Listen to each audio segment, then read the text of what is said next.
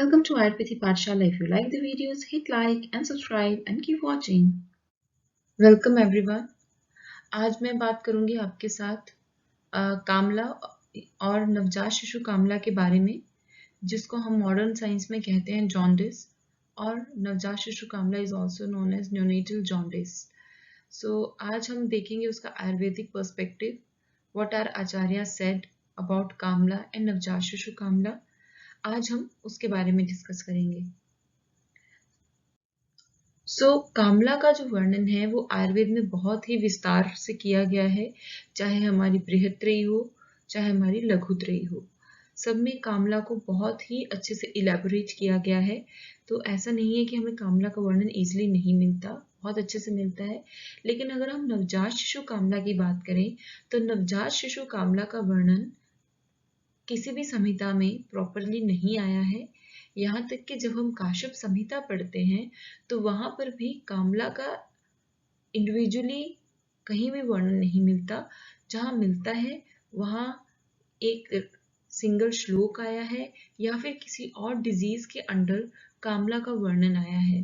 तो वहाँ हमें कामला के रेफरेंसेस मिलते हैं, जिससे ये पता चलता है कि बच्चों में भी कामला होता है और वहाँ पर नवजात शिशु कामला की बात की गई है. अगर हम बेसिकली कामला रोग को देखें तो कामला रोग का कारण क्या बताया गया है वो देख लेते हैं. तो चरक चिकित्सा में सबसे पहले कामला रोग के लिए कहा गया है, पांडु रोगी तु यो अत्य अर्थम पित्तलानि निषेवते तस्य पित्तम असृक मासम दग्ध्वा रोगाय कल्पते.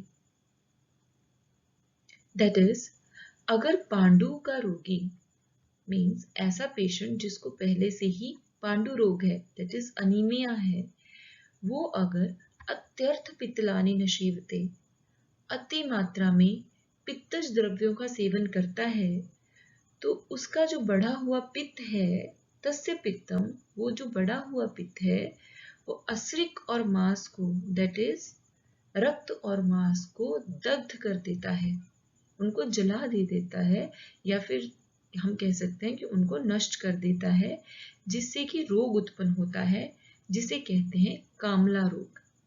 तो उन्होंने बहुत ही अच्छे से कहा है कि पांडु रोगी में ऑलरेडी पित्त प्रधान दोष रहता है. ठीक है, अगर ऑलरेडी पित्त प्रधान व्यक्ति जिसमें ऑलरेडी पांडु रोग है, दैट इज उसमें रेड ब्लड सेल्स पहले ही कम है, ऑलरेडी रेड ब्लड सेल की डिस्ट्रक्शन हुई पड़ी है, और वहां पर व्यक्ति और ज्यादा पित्तज आहार का सेवन करता है, मीन्स ऐसे द्रव्यों का सेवन करता है जिससे पांडु रोग और ज्यादा एग्रवेट हो. तो पांडु रोग और ज्यादा बढ़ेगा, मीन्स और ज्यादा आरबीसी डिस्ट्रक्शन होगी, तो उसे उसकी वजह से कामला रोग उत्पन्न हो जाएगा, क्योंकि उसका रक्त और मांस दोनों ही डिस्ट्रॉय हो रहा है. यही हमारा मॉडर्न पैथोजेनेसिस में होता है कि आरबीसी डिस्ट्रक्शन अगर लिमिट से ज्यादा होना शुरू हो जाए तो बिलीरुबिन बॉडी के अंदर एक्यूमुलेट होना शुरू हो जाता है और वो जॉन्डिस की तरह बॉडी में मैनिफेस्ट करता है. Same is the case when Acharyas talked about Kamla. They talked about Pandu रोग. अगर पांडु रोग का व्यक्ति या बालक पित्तज द्रव्यों का अधिक सेवन करता है तो उसका पित्त जो है वो रक्त और मांस को नष्ट करता है, जिससे कि कामला रोग की उत्पत्ति होती है. तो ये चीज बहुत क्लियरली मेंशन्ड है कि somewhere RBCs, that is blood, and Kamla are interrelated, and they are interrelated, right? अब आगे हम जो डिस्कस करेंगे वो हम डिस्कस करेंगे नवजात शिशु कामला के कुछ ऐसे रेफरेंसेस जो हमें काश्यप संहिता में मिलते हैं या अन्य संहिताओं में मिलते हैं. तो इसमें जो बहुत इंपॉर्टेंट एक रेफरेंस है वो है काश्यप संहिता कल्प अध्याय, कल्प स्थान का रेवती कल्प अध्याय, जहाँ रेवती कल्प अध्याय में आया है वर्णन इसका जातहारिणी का. तो वहां पर जो जातहारिणी है वहां पर ऑलमोस्ट 35 जातहारिणियों का वर्णन मिलता है. इन 35 में से जो 8 जातहारिणियां हैं दे आर असाध्य, दे आर अनट्रीटेबल. ठीक है, दे आर असाध्य 8 जातहारिणियां, और 16 जातहारिणियां ऐसी हैं विच आर याप्य, ठीक है। और बाकी जो बची हुई जात हारणियां हैं वो साध्य जात हारणियां हैं, ठीक है। तो यहाँ पर एक ऐसी याप्य जात हारणी है जिसका नाम है पिशाची। इन 16 में से एक कौन सी है? पिशाची जात हारणी है, जिसके लिए कहा गया है कि ये जो राक्षस है या ये जो पिशाची जात हारणी है, इसका जो कलर है वो होता है पीत वर्ण का। सो पीत वर्ण का कलर बताया है पिशाची जात हारणी का। और इसमें क्या रहता है? जातम जातम अपत्यम तु, कि जैसे ये जो जात है वो अपत्य मार्ग से जन्म लेता है, अपत्य पथ होता है नॉर्मल डिलीवरी, तो जैसे ही अपत्य पथ से जन्म लेता है तो उसका सद्य विनाश हो जाता है, उसी टाइम उस बालक की मृत्यु हो जाती है। दैट इज जन्म लेते ही बालक का मर जाना। ऐसी जो जात हारणी है उसमें मांस की डिस्ट्रक्शन होती है और उसे पिशाची जात हारणी कहा गया है। तो पिशाची शब्द का अर्थ यहाँ पर एक ऐसे राक्षस से है जो पीले वर्ण का है, पीले वर्ण से ही जाना जाता है। इट मीन्स जो बच्चे का कलर है वो भी कैसा हो जाता है? पीत वर्ण का हो जाता है। और प्रथम दिन ही जैसे बच्चा पैदा होता है, बालक जन्म लेता है, उसका वैसे ही विनाश हो जाता है, मृत्यु हो जाती है। तो इसे व्याधि को हम नवजात शिशु कामला की तरह कंसिडर करते हैं। नेक्स्ट रेफरेंस जो है दैट इज पैतिक दुग्ध दोष जन्य कामला। नॉर्मली 8 तरह के दुग्ध दोष बताए गए हैं, अष्ट क्षीर दोष नाम से वर्णन आया है हमारी चरक संहिता में। अब ये जो अष्ट क्षीर दोष हैं, ये दोषों के अकॉर्डिंग वातज, पित्तज या कफज 3 प्रकार से हो सकते हैं। इनमें वातज 3 टाइप्स के होते हैं, पित्तज 2 टाइप्स के रहते हैं और कफज भी 3 टाइप्स के होते हैं, ठीक है। तो इसका जो रेफरेंस है दैट इज वैरस्यम फेन संघातो रोक्षम च अनिलात्मके पित्ताद वैवर्ण्य दौर्गंध्य स्नेह पैच्छल्य गौरवम। तो इनमें जो पित्त से होता है दैट इज वैवर्ण्य और दौर्गंध्य, 2 तरह के दोष होते हैं। वन इज वैवर्ण्य, विवर्णता आ जाती है दुग्ध में, एंड सेकेंड इज दौर्गंध्य, राइट। और यहाँ पर दौर्गंध्य जो सेकंड दोष है, उस दौर्गंध्य दोष के कारण 2 तरह के रोग होने की संभावना होती है। वन इज पांडु एंड सेकंड इज कामला। सो व्हेनेवर देयर इज पांडु देयर इज कामला। तो इसे याद रखने का सिंपल एक फंडा जो मैं बता रही हूँ आपको वो है कि दौर्गंध्य को हम दौ से लिखते हैं, राइट। दौ मीन्स 2, तो यानी यहाँ पे 2 डिजीजेस के लिए कहा गया है, वन इज पांडु एंड सेकेंड इज कामला। तो कामला रोग जो है वो दौर्गंध्य पित्तज दोष से होता है। तो यहाँ पे कहा है पूर्ववत कुपिते पित्ते दौर्गंध्य क्षीरम मृच्छति, दैट इज अगर पैतिक दुग्ध दोष के कारण क्षीर में दुर्गंधता आ जाती है तो बालक को पांडु और कामला रोग की उत्पत्ति होती है। नेक्स्ट इज लक्षण, दिस इज वेरी इंपॉर्टेंट।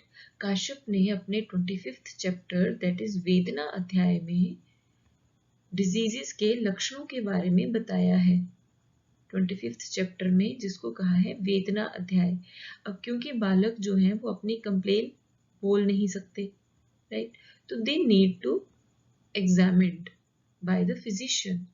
तो प्रॉपरली एग्जामिन करने के लिए उन्होंने वेदना अध्याय है उसमें 25 चैप्टर है जो उसमें इसके लक्षण दिए हैं, बहुत सारे डिजीजेस के लक्षण दिए हैं कि हम बच्चे को असेस कर सकें कि कौन सी डिजीज है। तो यहाँ पे आचार्य काश्यप ने फर्स्ट लाइन में कहा है पीत चक्षु नख मुख विणमूत्र कामला अर्दितः, मतलब जो बच्चा है उसके नेत्र, नख दैट इज नेल्स, मुख दैट इज फेस, विण दैट इज पुरीश और मूत्र दैट इज यूरिन, ये सारे पीत वर्ण के हो जाते हैं। जब ये सारे पीत वर्ण के हो जाए तो इट मीन्स बच्चे को कौन सा रोग है? कामला रोग है, बच्चे को कामला रोग है। और उभ्यत्र निरुत्साहो नष्ट अग्नि रुधिर स्पृहा, यहाँ उभ्यत्र शब्द पांडु और कामला दोनों के लिए आया है। जब हम एक कंप्लीट रेफरेंस देखेंगे तो जो इस रेफरेंस के सबसे टॉप की लाइन है वो पांडु के लिए है, जो मैंने यहाँ पे कोट नहीं की है। मैंने डायरेक्ट कामला की लाइन कोट की है बिकॉज हम कामला को डिस्कस कर रहे हैं। तो ये जो उभयत्र है ये पांडु कामला बोथ के लिए है। तो दोनों ही डिजीजेस में बच्चे की जठराग्नि नष्ट हो जाती है, उत्साह नष्ट हो जाता है और रक्त भी नष्ट होता है। तो ये लक्षण बताए गए हैं कामला रोग के। तो ये श्लोक लर्न करने के लिए बहुत इंपॉर्टेंट श्लोक है from the examination point of view. Next is कि अब कामला को आचार्यों ने बड़ी जगह वर्णन किया। चरक ने भी जब वर्णन किया तो चरक ने इसको पांडु के अध्याय में वर्णन किया है और वहां पे कहा है कि पांडु व्यक्ति जब पित्तज द्रव्यों का अधिक सेवन करे तो उसे कामला होता है। दैट इज कामला को उन्होंने एक तरह से उपद्रव माना है, कॉम्प्लिकेशन माना है पांडु रोग की। Same it goes when we talk about Vagbhata. Vagbhata ने भी कहा है कि जो कामला और कुंभ कामला है एक तरह से वो स्वतंत्र रोग भी है, लेकिन पांडु के न होने पर भी कामला हो सकता है, ऐसा भी कहा है। और पांडु रोगी पित्तज द्रव्यों का अधिक सेवन करे तो भी कामला हो सकता है। लेकिन सुश्रुत ने कामला को केवल और केवल पांडु के अंत में उसकी कॉम्प्लिकेशन दैट इज उसके उपद्रव के स्वरूप में ही माना है। अगर हम डलहन की बात करें तो डलहन ने भी सुश्रुत पे ही टीकाएं लिखी हैं। डलहन ने, सुश्रुत के टीकाकार हैं ये, तो इन्होंने भी कामला को पांडु का उपद्रव मानकर बात खत्म कर दी है। और क्योंकि कामला जो है पित्तज रोग की वृद्धि से होता है तो इसे पित्तज व्याधि माना है।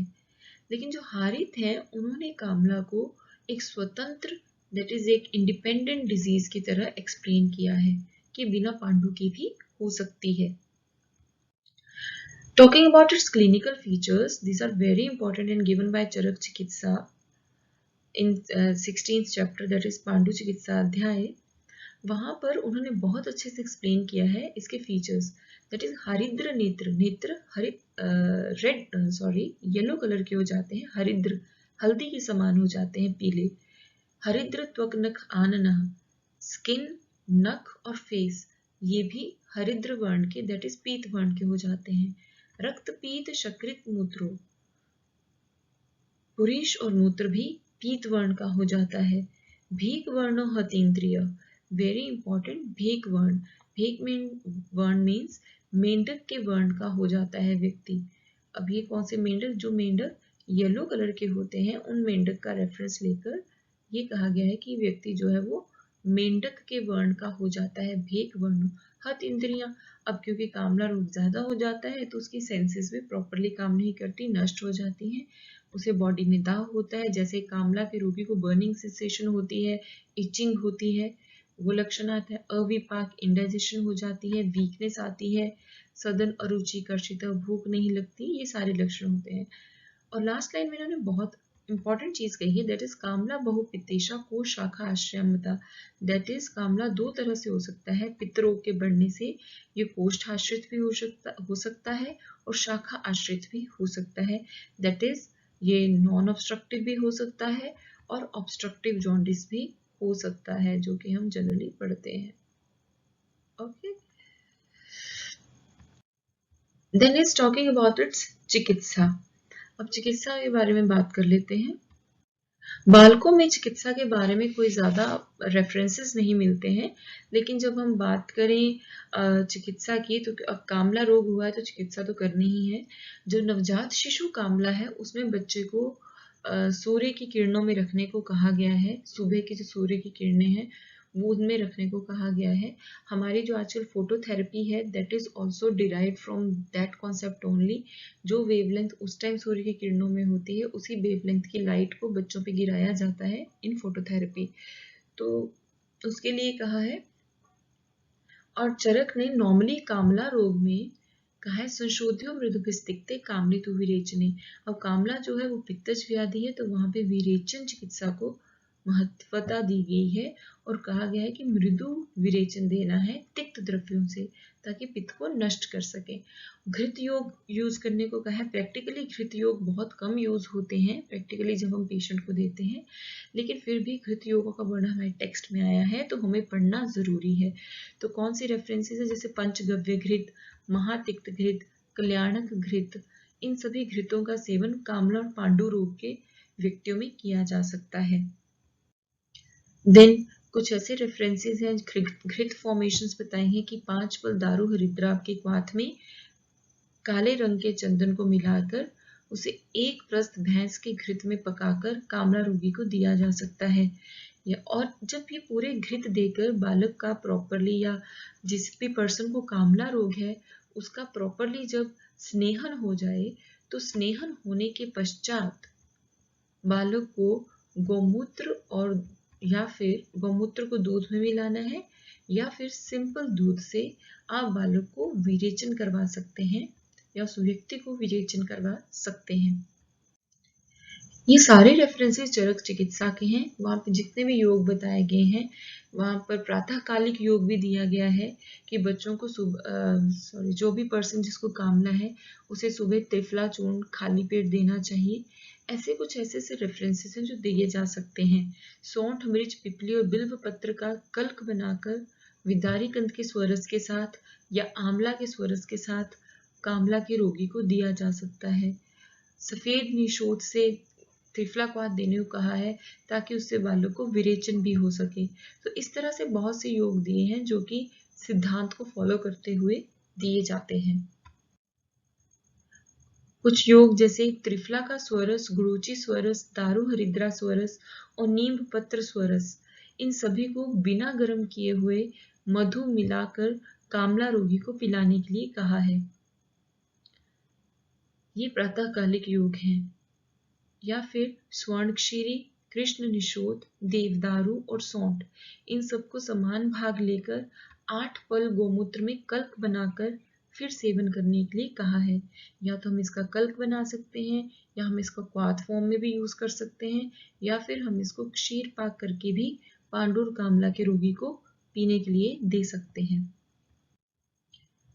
अब क्योंकि इसमें आरबीसीज डैमेज होते हैं, पांडु होता है, तो लौह भस्म प्रयोग करने के लिए भी कहा है। तो लौह भस्म, हरड़ और हल्दी, इन सबको समान भाग लेकर मधु और घृत के साथ बालक को चटाया जा सकता है। हरित की चूर्ण को मधु और गुड़ के साथ चटाने को कहा है, क्योंकि ये भी एक तरह से विरेचन की तरह काम करती है और गुड़ जो है वो रक्त का वर्धन करता है। अगर इसके बाद हम बात करें तो जो कामला है वो 2 तरह से हम उसको डिस्कस कर सकते हैं जब हम इसके फीचर्स देखते हैं, इधर पित्तज कामला और पित्त कफज कामला। क्योंकि पित्तज कामला जब पित्त अधिक हो गया, लेकिन कई बार कफ दोष बढ़ जाने के कारण जो पित्त है वो शरीर के अंदर ही रह जाता है, जिसकी वजह से कामला रोग उत्पन्न होता है। तो इनमें हम अकॉर्डिंगली इन पर्टिकुलर योगों को यूज कर सकते हैं जो कि इजिली मार्केट में अवेलेबल है। तो पित्तज कामला नॉर्मली हम हेमोलिटिक जॉन्डिस से ले सकते हैं, और पित्त कफज कामला ऑब्स्ट्रक्टिव जॉन्डिस से लिया जा सकता है, क्योंकि कफज में ऑब्स्ट्रक्शन करता है कफ पित्त दोष की, जिससे कि पित्तवर्धन होकर कामला रोग की उत्पत्ति होती है। तो पित्तज कामला में आप द्राक्षा कषाय, पंचतिक्त कषाय, चंदन क्षीर आदि कषाय, सुदर्शन चूर्ण, आरोग्यवर्धनी भट्टी, प्रबाल भस्म, त्रिफला स्वरस और अभिपत्तिकर चूर्ण का प्रयोग कर सकते हैं। और पित्त कफज कामला में पुनर्नवादि कषाय, पटोल मूलादि कषाय, सुदर्शन चूर्ण, नारायण चूर्ण, प्रबाल भस्म, त्रिफला स्वरस, अभिपत्तिकर चूर्ण, मंडूर वटक, नवयश्लोक, कुमार आसव, इन सब योगों का प्रयोग किया जा सकता है। ये कुछ ही योग हैं जो मैंने यहाँ पे बताए हैं। बाकी हमारी संहिताओं में, हमारे टेक्स्ट में और भी बहुत सारी मेडिसिन हैं जो इन पर्टिकुलर डिजीजेस में काम करती हैं। टॉकिंग अबाउट कामला एंड नवजात शिशु कामला, इतना ही है हमारी संहिताओं में। और भी हो सकता है अगर हम और ज़्यादा एलैबोरेटली उसको डिस्कस नहीं कर सकते अभी, लेकिन अगर आपको मेरी वीडियोस अच्छी लग रही हैं और आपको ये एग्जाम्स के पॉइंट ऑफ व्यू से बहुत ज़्यादा बेनिफिशियल लग रही हैं, तो ज़रूर मेरे चैनल को सब्सक्राइब करें और वीडियोस को लाइक करें। Till then take care.